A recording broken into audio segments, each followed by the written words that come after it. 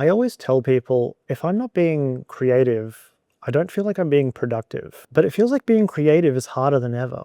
Productivity usually means output. How much can you generate? How fast can you generate it? How many boxes can you tick off that day? But I've never felt productive after a day of shortcuts. I've felt busy and I felt efficient. But real productivity feels like it comes from creating something that didn't exist before. Something that required you to think and struggle just a little bit, where the choices weren't so obvious. The feeling of satisfaction that gives you stays with you. The other kind evaporates. If you lead a team, you're probably feeling a lot of pressure right now. Your competitors are all working hard and fast against you. They're using the latest AI tools and new technology, doing more with less. And somewhere in that realization, you probably developed an implicit expectation that your team should be working faster. We should also be using the tools. We should also be producing more. But I would encourage us all to slow down for a moment and consider what we're losing when we optimize our business and our lives, for that matter, for speed. If there's one thing I'm sure about, it's that people want to feel valued. They want to contribute and they want their contribution to be recognized. And people won't give their best to an organization that treats their contribution as replaceable by a prompt.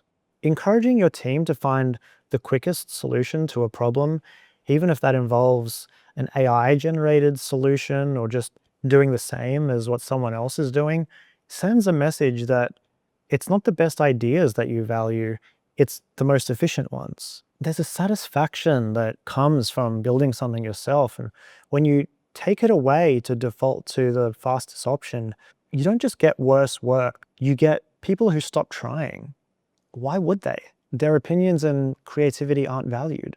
And this matters more for your brand than you might realize. Culture is branding. The way your team feels about their work shows up in the work itself, in the emails they send, the products they build, the services they deliver, and the small decisions they make every day that you probably don't even notice. If your internal culture is get it done fast, your customers will feel that. If your culture is take the time to do this right, your customers will feel that also.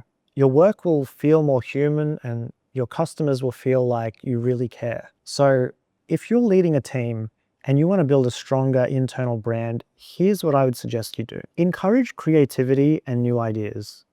Give people time to work through problems or projects. Bring back old school workshops and meetings where everyone gets together in a space that they can feel creative in, no laptops or ChatGPT allowed, and let them try new things. Allow them to give more of themselves and reward them if the business succeeds as a result.